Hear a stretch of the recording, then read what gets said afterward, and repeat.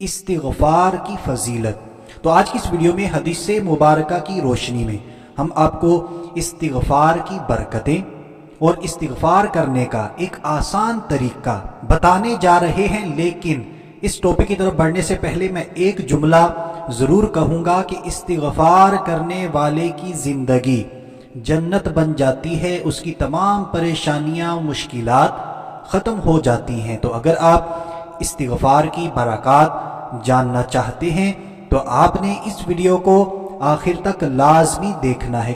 میرے اور آپ کے پیارے آقا صلی اللہ تعالی علیہ وآلہ وسلم نے ارشاد فرمایا، جس کا مفہوم کچھ یوں ہے: جو شخص کثرت سے استغفار کرے گا، اللہ تعالی ہر تنگی سے، ہر مشکل سے اس کو نجات عطا فرمائے گا۔ اب بہت سارے دوست کامنٹس کرتے ہیں، ہم سے پوچھتے ہیں کہ میں تنگی میں پھنسا ہوا ہوں، میں مشکلات میں گھرا ہوا ہوں، میں پریشانیوں میں مبتلا ہوں، میں کیا کروں؟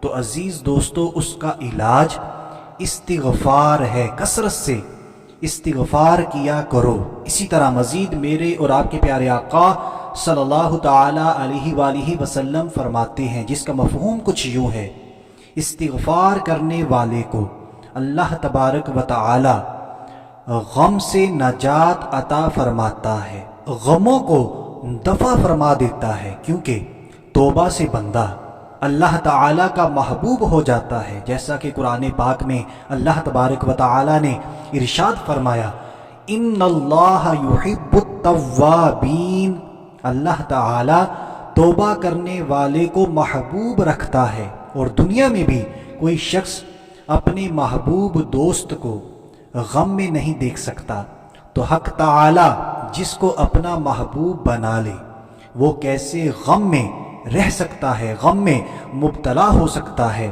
تو آپ نے کثرت کے ساتھ استغفار کرنی ہے۔ تو آپ نے اس ویڈیو کو آخر تک دیکھنا ہے، ہم آپ کو بتائیں گے کہ آپ نے استغفار کس طرح کرنی ہے۔ اور اسی حدیث مبارکہ میں مزید میرے اور آپ کے پیارے آقا صلی اللہ تعالی علیہ وآلہ وسلم ارشاد فرماتے ہیں کہ استغفار کرنے والے کو اللہ تبارک و تعالی ایسی جگہ سے روزی عطا فرماتا ہے، رزق عطا فرماتا ہے، جہاں سے اس کا گمان بھی نہیں ہوتا۔ تو دوستو، یہ ہیں استغفار کرنے کی چند برکتیں۔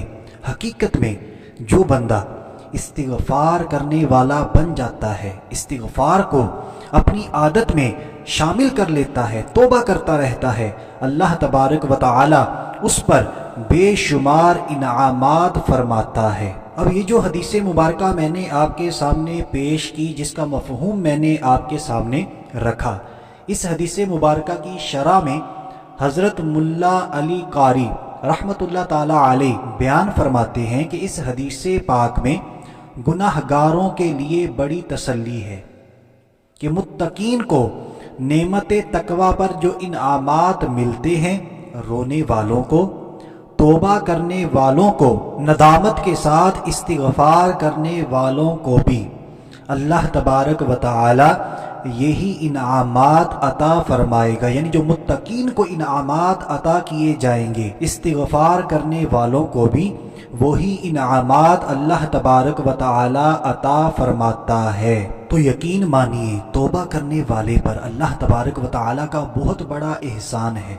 کہاں متقی لوگ، پرہیزگار، ان پر جو انعامات اللہ تبارک و تعالی نے کرنے ہیں، توبہ کرنے کی وجہ سے ہم بھی ان انعامات کے حقدار بن جاتے ہیں۔ تو آپ نے استغفار کو لازم کر لینا ہے، کوشش کرنی ہے کہ زیادہ سے زیادہ استغفار کرنی ہے، کیونکہ ایک مقام پر اللہ تبارک و تعالی نے قرآن پاک میں ارشاد فرمایا، وَمَن يَتَّقِ اللَّهَ يَجْعَل لَّهُ مَخْرَجًا وَيَرْزُقْهُ مِنْ حَيْثُ لَا يَحْتَسِبُ وَمَن يَتَوَكَّلْ عَلَى اللَّهِ فَهُوَ حَسْبُهُ۔ اس کا مفہومی ترجمہ کچھ یوں ہے کہ جو شخص اللہ تعالی سے ڈرتا ہے، وَمَن يَتَّقِ اللَّهَ، جو اللہ تبارک و تعالی سے ڈرتا ہے، اللہ تعالی اس کے لیے نجات کی شکل نکال دیتا ہے، نجات کے راستے نکال دیتا ہے، اور اس کو ایسی جگہ سے رزق عطا فرماتا ہے جہاں اس کا گمان بھی نہیں ہوتا۔ تو آئیے دوستو اب جان لیتے ہیں کہ ہم نے استغفار کس طرح کرنی ہے،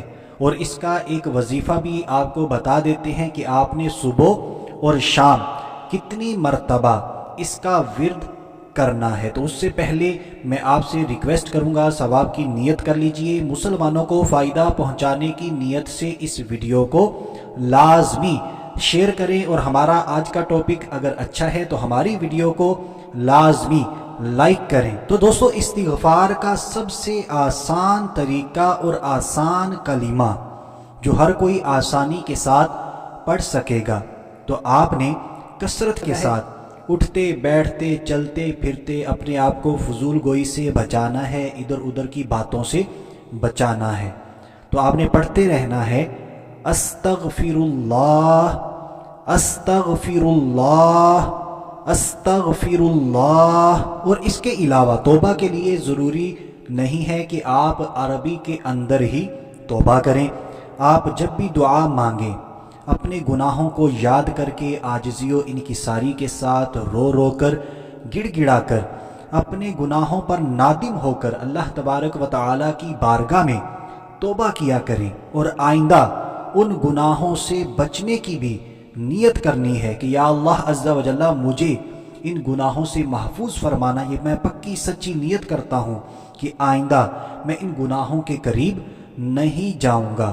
تو آپ نے کثرت کے ساتھ استغفر اللہ کا ورد کرنا ہے، اور جب بھی آپ نے اس کا ورد کرنا ہے تب بھی آپ نے ندامت کے ساتھ اپنے گناہوں کو یاد کر کے اس کلمے کا ورد کرنا ہے۔ پھر آپ اللہ تبارک و تعالیٰ کی کرم نوازیاں اپنی آنکھوں سے دیکھیں گے۔ اللہ تبارک و تعالیٰ ایسے ایسے انعامات فرمائے گا کہ ہم سوچ بھی نہیں سکتے۔ تو اس کا جیسے میں نے آپ سے عرض کی تھی ایک وظیفہ بھی آپ کے ساتھ شیئر کر دیں گے۔ صبح کے وقت یعنی نماز فجر ادا کریں، نماز فجر کے بعد 100 مرتبہ 100 ٹائمز آپ نے اسی کلمے کا ورد کرنا ہے۔ اول و آخر ایک ایک مرتبہ میرے اور آپ کے پیارے آقا صلی اللہ تعالی علیہ وآلہ وسلم پر درود پاک بھی پڑھ لینا ہے۔ تو آپ نے کس کا ورد کرنا ہے میں پہلے ہی عرض کر چکا ہوں، استغفر اللہ۔